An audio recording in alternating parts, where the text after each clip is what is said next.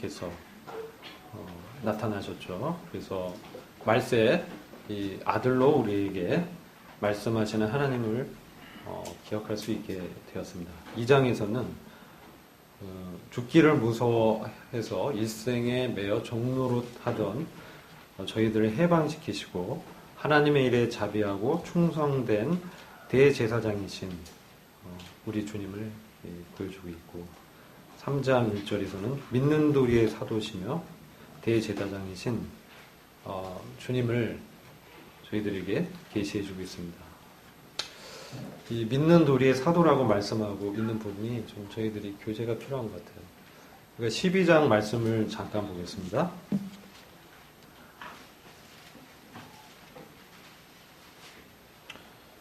2절을 보시면 믿음의 주여 또 온전케 하시는 이인 예수를 바라보자, 이렇게 말씀하고 있습니다.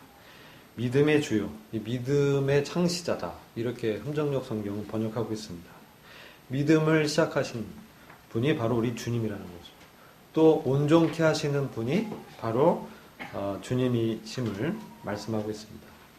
그래서 이러한 믿는 도리, 이 믿는 길, 믿는 방법을 우리에게 보여주시는 대제사장 되시는 주님을 3장 1절에서 말씀하고 있습니다. 4장 14절에서는 큰 대제사장이신 우리 주님을 보여주고 있습니다. 우리 주님은 대제사장이시지만 그 중에서도 크신 대제사장이심을 보여주시는 것입니다. 그리고 연약함을 체휼하시는 우리 주님, 또 시험 받으셨지만 죄가 없으시고 은혜의 보좌 가운데 계시는 우리 주님을 계시해주고 있었습니다. 5장 10절에서는 고난을 통해 온전케 되신 멜기세덱의 반차를 따른 대제사장이신 우리 주님을 보여주고 있습니다. 6장 20절은 영원한 대제사장이신 우리 주님을 보여주고 있습니다. 7장 25절부터 28절은 구원자 되시며 중보자 되시는 대제사장이신 주님을 보여주고 있습니다. 8장 1절에서는 하늘의 대제사장이신 우리 주님을 보여주고 있습니다. 보좌 우편에서 우리를 위해 중보하시는 주님이심을 나타내시는 것이죠. 9장 11절에서는 장래 좋은 일의 대제사장이심을 보여주고 있습니다. 주님께서는 우리의 현재 이 상황에서 우리를 중보하고 계시지만 또한 장래 좋은 일을 위해서, 우리를 위해서 중보하고 계십니다. 그래서 특별히 이 9장에서 보시면 새 언약의 중보이신 우리 주님을 말씀하고 있습니다. 우리 안에서 말씀을 통해서 인도하시는 우리 주님이시죠. 그리고 성령을 통해서 우리를 주님을 닮아갈 수 있도록 역사하시는 그 주님을 보게 됩니다. 10장 12절은 영원한 제사를 드리시고 우리를 온전케 하시는 주님을 보여주고 있습니다. 10장 또 21절에 보시면 하나님의 집을 다스리는 큰 제사장이신 주님을 보여주고 있습니다. 특별히 10장 이 부분은 이 지성소에서 먼저 지성소에 들어가시고 우리를 이 지성소 안으로 인도하시며 지성소 안에서 교제토록 하시는 바로 제사장 되시는 우리 주님을 계시하고 있습니다. 그래서 우리 주님이 얼마나 이 부유하시고 풍성한 대제사장이신지 10장까지 쭉 히브리서 기자는 우리에게 말씀해주고 있습니다. 그리고 11장에서는 이러한 대제사장 되신 주님을 우리가 어떻게 대하고 어떻게 이 주님을 믿는가, 그 부분을 믿음에 대해서 교제하는 것입니다. 그러면 제가 한번 질문 드려볼게요. 믿음은 무엇입니까? 믿음은 무엇입니까? 바라는 것들의 실상이요 보지 못하는 것들의 증거다 라고 말씀하고 있죠. 1절입니다. 믿음의 특징을 말씀하고 있죠. 믿음은 바로 하나님을 의지하는 것이죠. 하나님을 신뢰하고 전적으로 그분께 맡기는 것이 믿음이죠. 그런데 또한 이 믿음은 보이지 않는 것을 감각할 수 있는, 지각하는 그런 기능을 해주는 것입니다. 그래서 보시면 3절을 보시면 믿음으로 모든 세계가 하나님의 말씀으로 지어진 줄을 우리가 아나니 보이는 것은 나타난 것으로 말미암아 된 것이 아니니라. 믿음으로 모든 세계가 하나님께서 말씀으로 창조하셨다라는 것을 알 수 있다는 것입니다. 이 영적인 세계를 지각할 수 있는 것이 바로 이 믿음을 통해서입니다. 우리는 유혹을 많이 받습니다. 이 보이는 세상을 우리 살아가고 있습니다. 우리의 눈에 보이는 것에 또 우리가 감각하고 듣고 느끼는 것에 넘어지기도 하고 시험에 들기도 합니다. 그런데 이 믿음은 보이지 않는 영적인 세계를 마치 보는 것처럼 우리가 느끼고 알 수 있는 그러한 역할을 해주고 있다는 것입니다. 그래서 1절을 보시면 믿음은 바라는 것들의 실상이요 보지 못하는 것들의 증거라고 말씀하는 것입니다. 이 실상이란 말은 토대란 뜻입니다. 건물의 토대 그리고 밑에 서다 그런 의미가 있다고 합니다. 그래서 믿음은 바라는 것들의 토대라는 것이죠. 그리고 보지 못하는 것들의 증거라고 말씀하고 있습니다. 우리가 무엇을 바랍니까? 우리는 보이는 세상에서 이 세상에 어떤 부라든지 권세, 쾌락 이런 것들을 바라는 것이 아니죠. 우리가 바라는 것들은 무엇입니까? 우리가 기대하고 소망하는 것들이 무엇이냐는 거죠. 믿음은 우리가 기대하고 소망하는 보이지 않는 영적 세계를 또 장래에 일어날 그러한 것들을 마치 지금 있는 것처럼 우리에게 그릴 수 있는 그런 역할을 해준다는 것입니다. 오늘 제가 교제코자 하는 그 인물은 구약 성경의 창세기 4장에 나오는 아벨이라는 인물입니다. 아벨의 믿음을 통해서 믿음의 기초가 무엇인지를 나누고자 하는 것입니다. 그것을 알기 위해서 우리는 먼저 이 믿음은 바로 장래와 보이지 않는 세계 영적 실제를 다루는 영혼의 기능이라고 말하고 있습니다. 그리고 믿음은 우리의 영혼이 영적 세계와 접촉하고 영향을 받는 영적인 어떤 감각기관이다. 그리고 믿음은 바로 보이지 않는 내용으로 채워지기를 바라는 어떤 빈 그릇이다. 이렇게 믿음에 대해서 많은 사람들이 정의를 하고 있습니다. 그래서 믿음은 단지 이 어떤 약속을 다루는 것뿐만 아니라 이 보이지 않는 이 영적 세계와 끊임없는 이 교제를 가능케 하는 것이 또한 믿음인 것입니다. 그러니까 그런 부분들을 생각하면서 아벨의 믿음을 교제하면 큰 유익이 있으리라 생각합니다. 그리고 우리는 이 믿음을 통해서 이 보이는 세상이 주는 어떤 유혹을 이기고 보이지 않는 이 영적인 하늘에 속한 것들을 끊임없이 바라볼 수 있는 것입니다. 그리고 2절에서 말씀하고 있죠. 선진들이 이로써 증거를 얻었느니라. 이 믿음을 통해서 이 증거를 얻었다라고 말씀하고 있습니다. 공기 보이지 않죠. 그러나 존재하죠.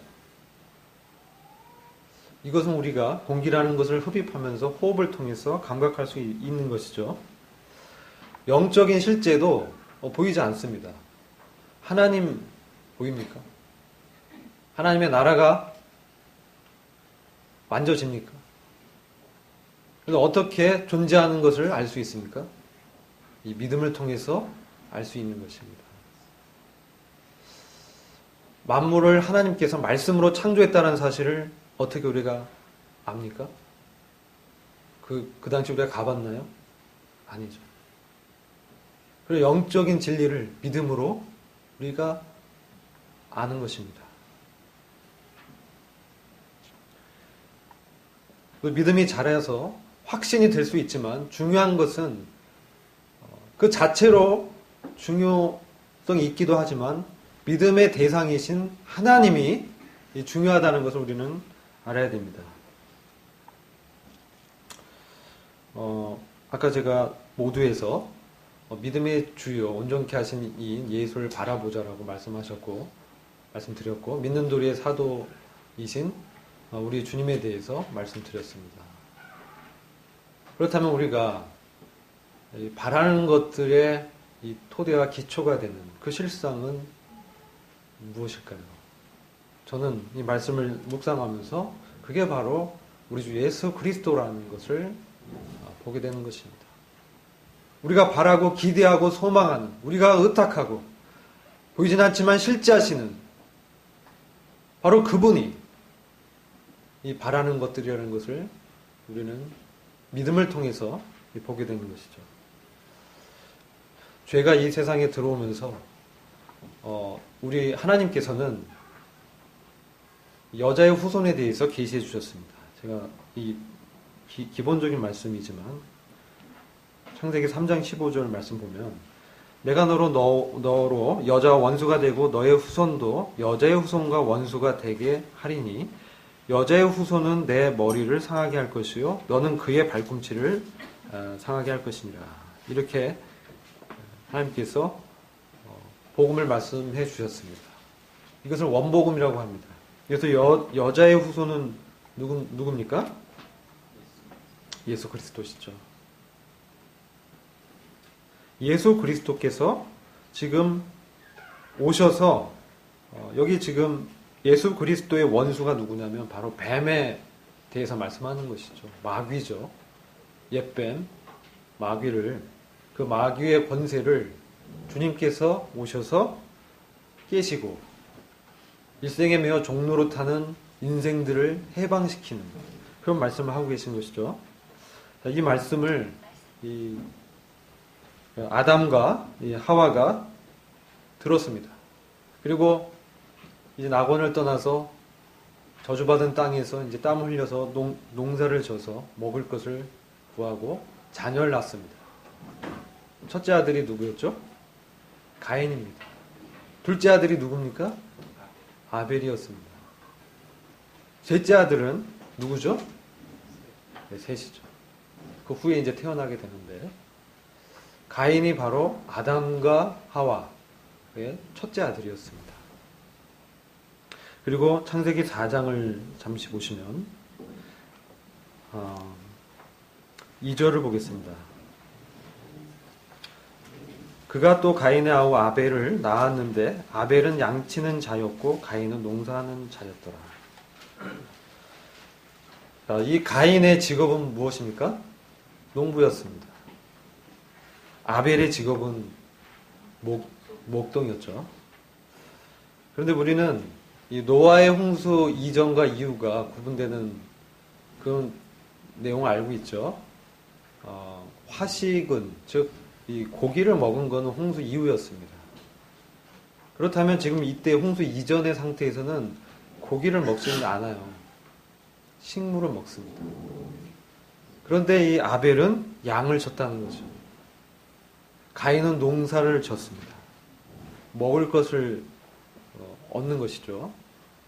어떤 일이 더 중요성이 있을까요? 농사, 그렇죠. 먹고 사는 그 농업이 참 기본이지 않습니까? 지금 현대 과학이 많이 발전하는데 다시 이 농업의 중요성이 요즘 많이 대두되고 있습니다. 왜냐하면 자원이 점점 부족해지기 때문에 사람들이 유토피아를 꿈꾸고 낙원을 건설하려고 하지만 이 땅은, 이 지구는 더 오염이 됐습니다. 그래서 환경이 이제 열악해지니까 그 환경에 버틸 수 있는 이 농작물을 개발해내야 되는 겁니다. 그래서 농업이 더 요즘은 또 축산업 이런 것들이 이제 다시 그 1차 산업이 중요한 그러한 시대가 되고 있습니다. 이 가인은 이 농사하는 자였어요. 아벨은 양을 치는 자였습니다. 근데 3절 보니까 세월이 지난 후에 가인은 땅의 소산으로 제물을 삼아 여호와께 드렸고 아벨은 자기도 양의 첫 새끼야 그 기름으로 드렸더니 여호와께서 아벨과 그 제물은 연락하셨으나 가인과 그 제물은 연락하지 아니하신지라. 가인이 심히 분하여 안색이 변하니 여호와께서 가인에게 이르시되 내가 분하여 함은 어찜이며 안색이 변함은 어찜이다.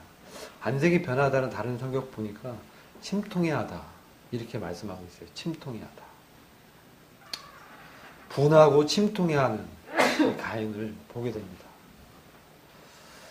이 땅에 중요한 이 농업을 져서 정말 중요한 그 식물을 피땀 흘려서 일궈서 하나님께 드렸잖아요. 그런데 하나님 받지 않으셨다는 거예요. 근데 별로 중요하게 보이지도 않고 먹을 수도 없는 양을 치는 아벨의 그 양은 받았다는 것이죠. 근데 이 말씀을 보면 그 제물만 받은 것이 아니라 아벨과 그 제물을 받으셨다라고 말씀하고 있어요. 하나님께서는 제물도 받지만 제물을 드리는 사람도 받는 것을 보게 됩니다. 근데 가인과 그 제물은 받지 않으신 거예요. 우리는 아까 말씀드린 창세기 3장 15절의 원복음에서 여자의 후손에 대한 하나님의 계시의 말씀을 교제했습니다. 그렇다면은 아담과 하와는 그것을 마음에 품었을 것이고 그 사실을 그들에게 입혀주는 그 가죽옷을 통해서 보았을 것입니다. 그들의 수치를 덮어주는 그 가죽옷. 그 가죽옷을 만들기 위해서 짐승이 죽임을 당하고 피가 흘려진 것이죠. 희생이 있었다는 것입니다. 그리고 그것은 그들의 수치를 가려준 그들의 옷이 되었습니다. 이것은 무엇을 상징합니까? 예수 그리스도의 희생을 통해서 죄가 덮여지고 수치가 가려지는 것을 상징하고 있죠. 우리는 그 사실을 잘 알고 있습니다. 그리고 이러한 원복음을 아담과 하와는 분명히 그의 아들들인 가인과 아벨에게 전달했을 것입니다. 그래서 지금 제사를 드리는 거잖아요. 근데 가인은 바로 이 원복음에 대한 믿음이 없었다는 거죠. 그는 열심히 자기 피땀 흘려서 노력해서 이 땅의 소산, 인간의 가장 중요한 그 식물을 드렸던 것입니다. 그의 노력을 주님께 바쳤던 것이죠. 그러나 하나님의 그 원복음, 복음에 따른 것이 아니었습니다. 하나님께서 그를 받을 수가 없던 것이죠. 그래서 우리는 하나님께서 이 제사에 대해서 제정하신 걸 보게 되는데 후에 레위가 가면 이것을 더 구체적으로 제정하십니다. 히브리서에서는 제사와 제물이라는 이 단어가 반복적으로 나타나고 있습니다. 왜냐하면 아담과 하와의 범죄 이후에 하나님께 나아갈 수가 없었습니다. 그들이 죄인이 되었기 때문에 하나님께 나아가기 위해서는 한 길을 예비하셨는데 그것은 바로 제사를 통해서 나아가도록 하신 것입니다.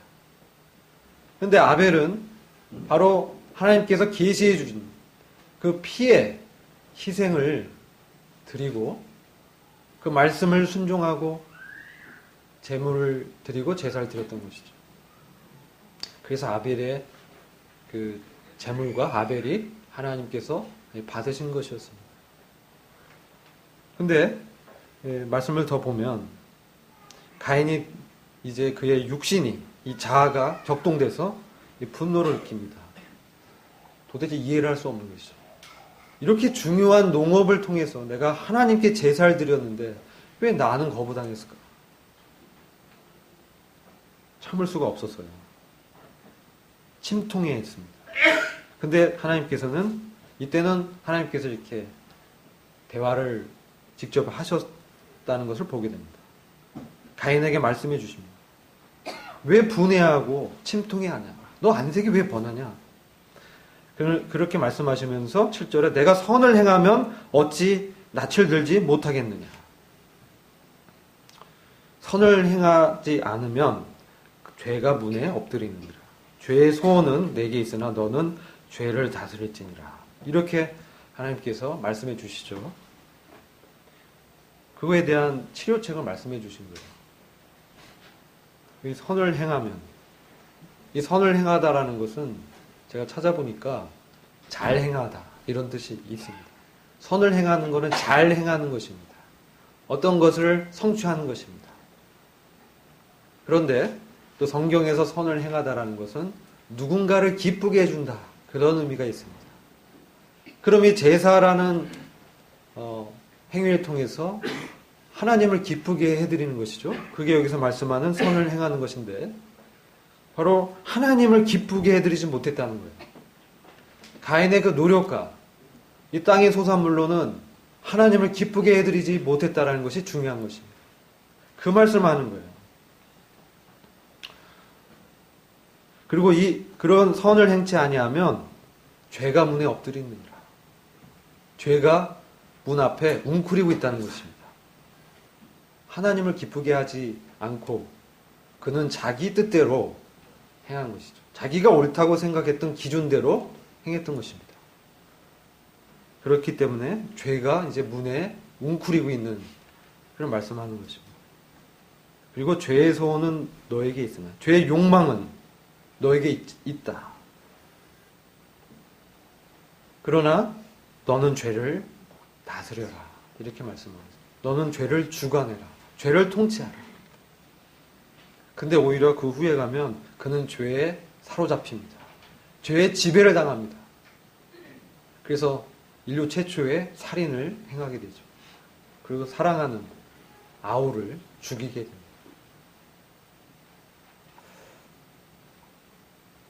왜 이런 일이 일어나는지 우리는 이해할 수 없지만 이 성경에 이렇게 기록되어 있습니다. 죄가 문에 엎드렸다. 이 말씀은 이렇게 또 말을 할 수가 있습니다. 이 죄라는 말은 이 속죄죄라는 의미가 있습니다. 너가 잘 행하지 못한다면, 하나님을 기쁘게 하지 못하고 선을 행치 못한다면 바로 속죄죄가 너 앞에 있다. 이렇게 또 번역할 수 있습니다. 여러분들 뭐 아실지 모르겠지만 F.W. 그랜트란 형제님이 계십니다. 그 19세기 아주 유명한 형제님인데 그분이 이제 쓴 누모셜 바이블 숫자 성경이 있습니다. 그 성경을 보면 이 죄를 속죄죄라고 번역하고 있습니다. 하나님께서는 이 죄에 대한 해결책을 말씀해 주신 겁니다. 속죄죄가 있다는 것이죠. 죄의 욕망이 너에게 있다. 근데 이 속죄죄를 통해서 그것을 해결하지 않으면 안 되는 것을 말씀해 주신 거예요. 그리고 너는 죄를 다스려라. 그리고 8절 보시면 가인이 그 아우 아벨에게 고하니라. 이렇게 말씀하고 있습니다. 이런 사실을 아벨에게 얘기를 한 것이죠. 그리고 그 후에 그들이 들에 있을 때 가인이 그 아우 아벨을 쳐 죽이니라. 아벨은 이 성경에서 아벨에 대해서 뭐라고 말씀하고 있습니까? 우리 성경 말씀을 보시면 이 아벨은 누가복음 11장을 잠시 보시겠습니다.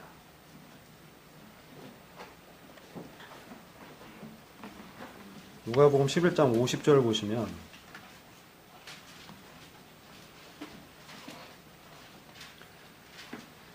이스라엘 백성에 대해서 하나님께서 말씀해 주신 건데 창세 이후로 흘린 모든 선지자의 피를 이 세대가 담당하되 이스라엘 백성이 하나님께서 보내준 선지자들 핍박하고 때로 죽이기까지 했습니다. 근데 선지자의 계보를 51절 누가복음 11장 51절을 보면 아벨의 피로부터 제단과 성전 사이에서 죽임을 당한 사가랴의 피까지 라고 말씀하고 있습니다. 즉 모든 선지자의 피에 대해서 말씀하면서 아벨의 피로부터 아벨이 누구라는 거죠? 아벨은 선지자라는 것이죠. 창세기 4장 8절에서 가인과 아벨이 대화를 한 것입니다. 이 선지자는 대언자라고 합니다. 대언하다. 가인이 하나님의 거절을 받고 분하고 침통해서 있을 때 아벨이 바로 하나님의 말씀을 가인에게 대언한 것입니다. 뭐라고 대언했을까요? 믿음은 보이지 않는 것을 그릴 수 있는 것이죠. 바라는 것들이 무엇입니까? 바로 그리스도에 대한 것이다. 그리스도를 얘기했을 것이다. 무엇을 통해서? 여자의 후손을 통해서. 아버지가 하나님부터 받은 바로 그 원복음에 나타난 여자의 후손이 바로 장차 오실 그리스도이다. 아벨은 대언을 한 것입니다.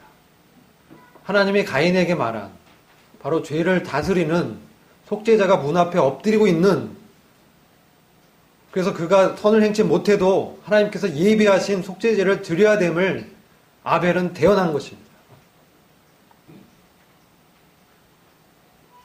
다른 성경 보면 이야기를 했다라고 말씀하고 있습니다. 대화하였다. 우리가 바로 이 인물이 히브리서 11장 믿음의 선진에 대해서 증거를 얻은 인물 중에 가장 먼저 얘기하고 있다는 것은 매우 중요한 영적 의미가 있는 것입니다.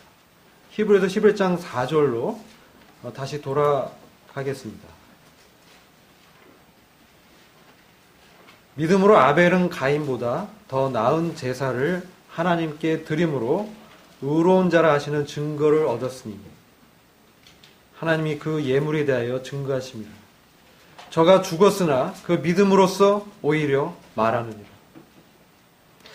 가인도 좋은 제사를 드렸어요. 그러나 하나님을 기쁘시게 하지 못했습니다. 그러나 보다 더 나은 제사를 아벨은 드렸다는 것입니다. 우선 바로 그리스도의 희생을 상징하는 양을 잡아서 피의 희생물을 드렸습니다. 여러분, 피의 희생물은 영적 의미가 깊습니다. 우리 다 알고 있는 그 영적인 의미죠. 그것은 무엇입니까? 양을 잡을 때 이 양이 그냥 잡지는 않죠. 이 레위기서 보면 양에게 양 잘 기른 양을 데려갑니다. 흠 없는 양. 그리고 안수를 합니다. 그 양에게. 그러면 그 양의 그 소유자와 양이 이 동일시 됩니다. 동일시.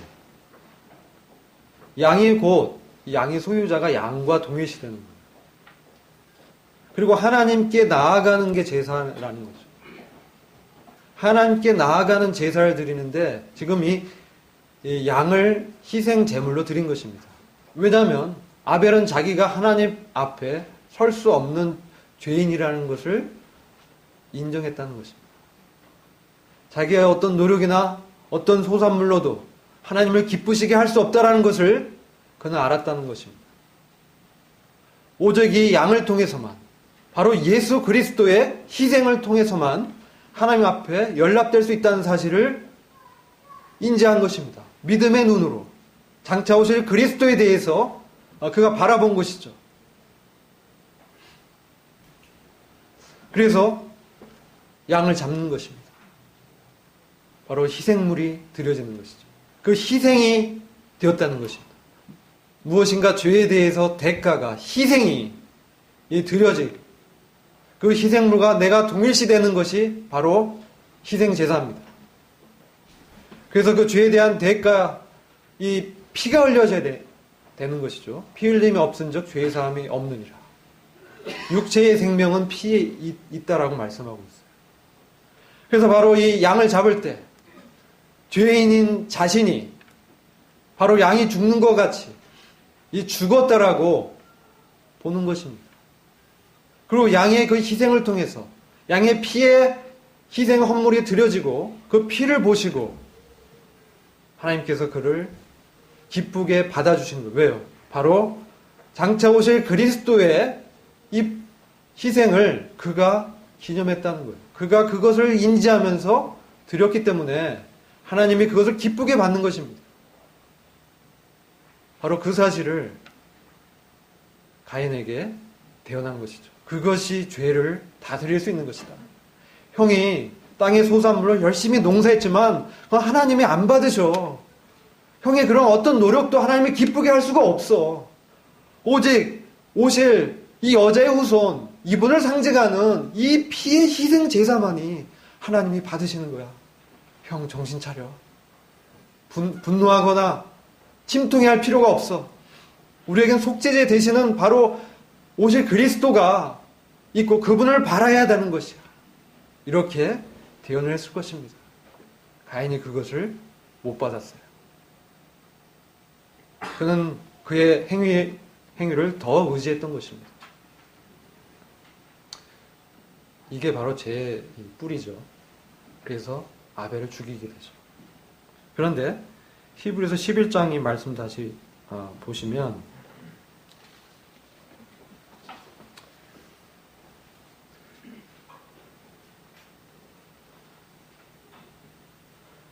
하나님이 그 예물에 대하여 증거하심이라.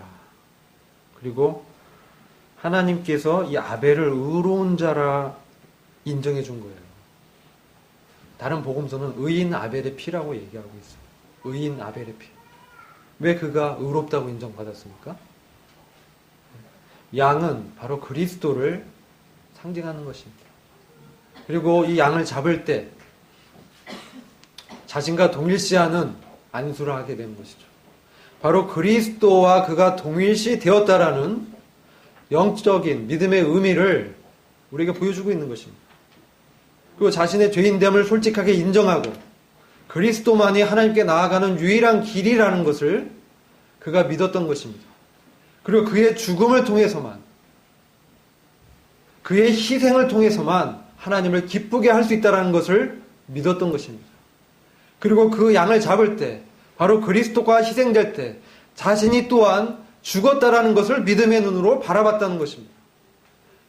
그랬을 때 하나님이 그를 의롭다고 인정해 주는 것입니다. 그 희생을 통해서, 그리스도의 희생을 통해서만 하나님께서 기뻐하시고 의롭다고 해주시는 것입니다. 이게 바로 복음입니다. 저가 죽었지만 그 믿음으로써 오히려 말하니라. 그가 죽었지만 오히려 믿음을 통해서 말하고 있다는 것입니다. 그의 죽음은 끝난 것이 아닙니다. 지금도 우리에게 그의 이 죽음을 통해서 그가 실제로 바라본 것이 무엇인지를 우리에게 말하고 있는 것입니다. 로마서 6장 11절을 보시면 이렇게 말씀하고 있습니다. 로마서 6장 11절 제가 말씀드리겠습니다. 그러므로 너희도 너희 자신을 죄에 대하여는 죽은 자요 그리스도 예수 안에서 하나님을 대하여는 산 자로 여길지어다. 그는 죽음을 통해서 산 자로 여김을 받은 것입니다. 믿음으로. 형한테 돌에 맞아 죽었죠. 그러나 지금 하나님은 그가 살아서 말하고 있다라고 기록하고 있습니다. 하나님 앞에서 살아있다는 거예요. 그가 비록 죄에 대해서는 죽었지만 그리스도 예수 안에서 하나님에 대하여서는 살은 자라고 말씀하고 있는 거예요. 어떻게? 그 그리스도와 동일시되는 그 믿음을 통해서. 그래서 우리는 이러한 아벨의 이 믿음의 이 희생 헌물에 대해서 기억해야 됩니다. 성경은 이런 부분들을 많이 말씀하고 있습니다. 많은 경우에 우린 가인같이 살아가는 자신을 발견하게 됩니다. 내가 들인 노력, 내가 애써온 것들, 내가 갖고 오고 내가 붙들고 있는 가치관, 인간적인 노력들, 이런 것들을 하나님께 인정받으려고 하기도 하고 나아가기도 하고 살고 있습니다. 근데 그것은 하나님 절대로 기뻐할 수 없다는 거예요.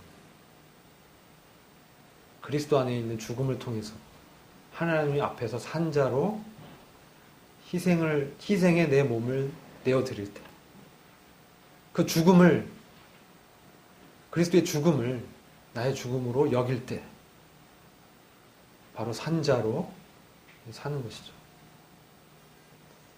가인은 그 죽음을 받아들일 수 없었어요. 도저히 해결되지 않아요. 우리는 때로 세상이 나를 시험합니다. 죄는 유혹하죠. 죄는 저희를 유혹합니다. 죄가 우리 안에서 우리를 유혹합니다. 우리의 욕심을 발동시킵니다. 고린도후서 4장을 보면 이런 죄가 주는 시험에 대해서 말씀하고 있습니다. 고린도후서 4장 말씀 잠깐 보시면 4장 6절부터 제가 읽겠습니다. 어두운 데서 빛이 비추리라 하시던 그 하나님께서 예수 그리스도의 얼굴에 있는 하나님의 영광을 아는 빛을 우리 마음에 비추셨느니라. 우리가 이 보배를 질그릇에 가졌으니 이는 능력의 심이 큰 것이 하나님께 있고 우리에게 있지 아니함을 알게 하려 함이라. 우리가 사방으로 우겨쌈을 당하여도 쌓이지 아니하며 답답한 일을 당하여도 낙심하지 아니하며 핍박을 받아도 버림받지 아니하며 거꾸로 뜨림을 당하여도 망하지 아니하고 우리가 항상 예수 죽인 것을 몸에 짊어짐은 예수의 생명도 우리 몸에 나타나게 하려 함이라. 아벨은 믿음의 눈으로 오실 그리스도를 바라보면서 그 죽음을 자기의 죽음과 동일시 여겼습니다.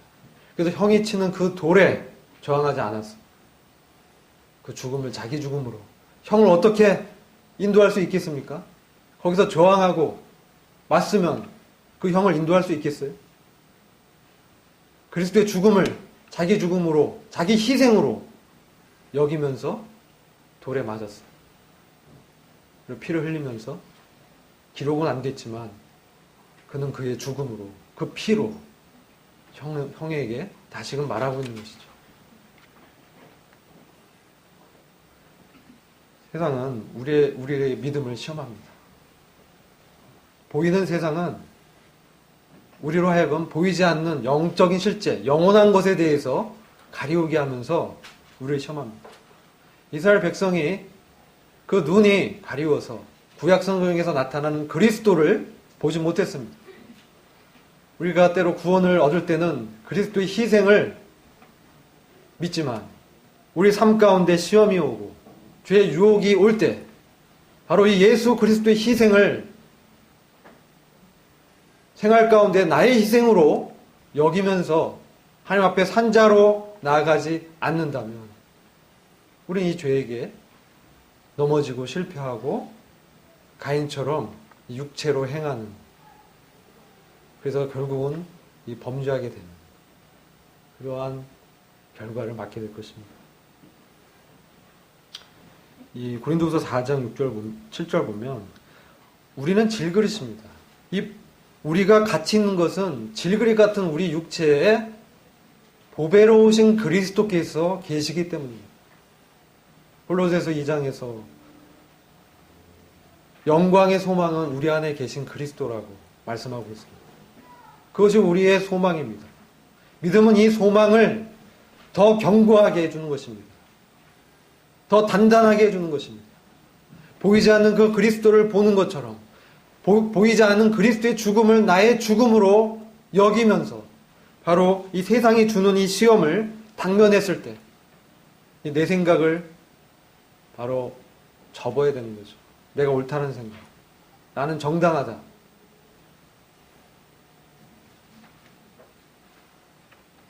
사방으로 우겨쌈을 당합니다. 세상은 이 죄는 우리를 우겨쌉니다. 그런데 오직 죽음만이 죄에 대해서 우겨쌈을 당하지 않는 것이죠. 죄에 대해서 죽어야만이 죄의 지배를 받지 않는 것입니다. 유일한 것은 믿음을 통해서 그리스도가 죽은 그 희생이 나의 희생이라고 여겨야만 우겨쌈을 당했을 때 우겨쌈을 당하지 않을 수 있는 것입니다. 답답한 일을 당할 수 있습니다. 세상 우리 이해할 수 없습니다. 왜 저 사람 저렇게 행동하냐? 우린 믿음으로 행한다고 하지만 우리는 연약하기 때문에 때로 실수도 하고 실패도 합니다. 세상은 그럴 때 우리를 조롱하고 우리를 시험합니다. 그럴 때 답답합니다. 왜요? 나는 믿음으로 행한 것 같은데 세상은 이해하지 못하거든요. 이해하지 않는 것입니다. 그리고 답답하게 더하는 것이죠. 그러면 우린 낙심하기 쉽습니다. 그러나 믿음은 그런 답답한 일을 당하여도 우리가 주님을 바라본다면, 믿음의 주요 온전케 하신 예수를 바라본다면, 주님이 어떻게 그와 같은 답답한 상황을 이기셨는가? 제자들이 배반하고 떠나가고 왕이신 주님이 오셨는데 어둠 가운데 있던 백성들은 주님을 거절하고 십자가에 넘깁니다. 얼마나 답답한 일이에요? 그러나 주님은 장래의 좋은 일을 바라보셨어요. 기뻐하셨어요. 부활이 있기 때문에, 부활의 소망 가운데 하나님의 나라에서 다시 태어나서 하나님의 그 영광의 통치와 그 영광 가운데 들어갈 것을 바라봤을 때 기뻐할 수 있는 것이죠. 그것을 하나님께서 의롭다고 여기시는 것입니다. 낙심치 않는 거죠. 주님을 기억할 때 내가 그 주님과 함께 죽었고 나는 하나님 앞에서 살아있다. 그러면 그 죽음이 다른 사람이 봤을 때는 예수 그리스도는 죽었습니다. 실패한 자입니다. 그러나 믿음의 눈으로 봤을 땐 부활하신 주님을 우리는 대면하는 것입니다. 그 주님이 우리 안에서 말씀하십니다. 내가 너를 안다. 내가 너의 사정을 안다. 우리 믿음으로 그 주님의 인정을 들을 수 있는 것이죠. 그래서 낙심치 않을 수 있는 것입니다. 때로 핍박을 받습니다. 공격하고 코너로 몰고 소외시키고 마치 내가 버림받은 것처럼 느낍니다. 나만 여기서 믿는 자는 나뿐이야. 그런 생각을 하게 됐습니다. 엘리야도 그랬습니다. 엘리야도 이세벨이 추적해서 죽인다는 소문을 듣고 도망하잖아요. 그리고 로뎀 나무 밑에서 죽기를 구합니다. 갈멜산에서 그 기적을 행하고 하나님 앞에서 뛰었던 승리했던 엘리야가 그와 같이 지금은 죽음을 구하고 있어요. 다 죽고 자기만 남았습니다. 주님, 차라리 내 목숨을 걷어가십시오. 우리가 핍박을 당할 때 나만 당하는 것 같아요. 그러나 주님이 먼저 당하셨어요. 우리 안에 그 주님이 드려주신 그 희생을 바라봤을 때, 그 주님의 그 희생을 통해서, 주님의 죽음을 통해서 우리는 그 주님과 교제하는 것입니다. 우리가 날마다 지성소에 들어가서 그 주님과 사귐을 갖는 것입니다. 주님의 그 희생을 기억하면서 핍박을 받았지만 버림받지 아니하신, 다시 그 죽음 가운데서 살아나신 그 그리스도와 내가 하나 되어서 주님과 함께 이 핍박 가운데 있지만 사망의 음침한 골짜기를 내가 지나가는 것 같지만 해를 두려워하지 아니하는 것은 주께서 나와 함께 계심이라. 주님 나와 함께 하시는 것입니다. 버림받지 않습니다. 세상은 우리를 버렸다라고, 세상이 우리를 이겼다고 생각할지 모르지만 주님이 부활하셨을 때 주님은 승리를 선고하신 것입니다. 이미 주님은 죽기 전부터 세상을 이겼다라고 말씀하시는 것입니다. 믿음을 통해서는, 믿음으로 그 그리스도의 실제를 우리가 경험할 수 있는 것입니다. 매일의 삶 속에서 우리가 이러한 핍박을 받고 어려움을 당할 때 믿음의 창시자요 온전케 하시는 그 주님을 기억하기 원합니다. 그 주님이 내 안에서 말씀하심을 귀 기울이기 원합니다. 그랬을 때 거꾸로뜨림을 당한다. 이것은 내가 믿었고 기대했던 모든 것이 무너지는 것입니다. 그래서 나는 거꾸로뜨림을 당해서 도저히 일어날 수 없는 그런 지경에 처한 것입니다. 내가 진행했던 일들이 모두 무너지고 내가 사랑했던 사람이 죽고 모든 계획이 무너졌을 때, 십자가에서 주님이 죽었을 때 제자들은 다 포기하고 도망갔습니다. 그들의 하늘이 무너진 것이죠. 하나님의 아들이라고 생각했는데 십자가에서 죽으셨어요. 끝났다고 생각한 거죠. 우리는 그런 상황들을 종종 만납니다. 거꾸로 뜨림을 당했어요.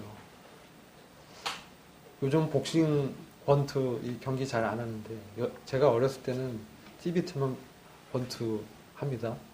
그때 상대방의 펀치를 맞고 넘어지죠.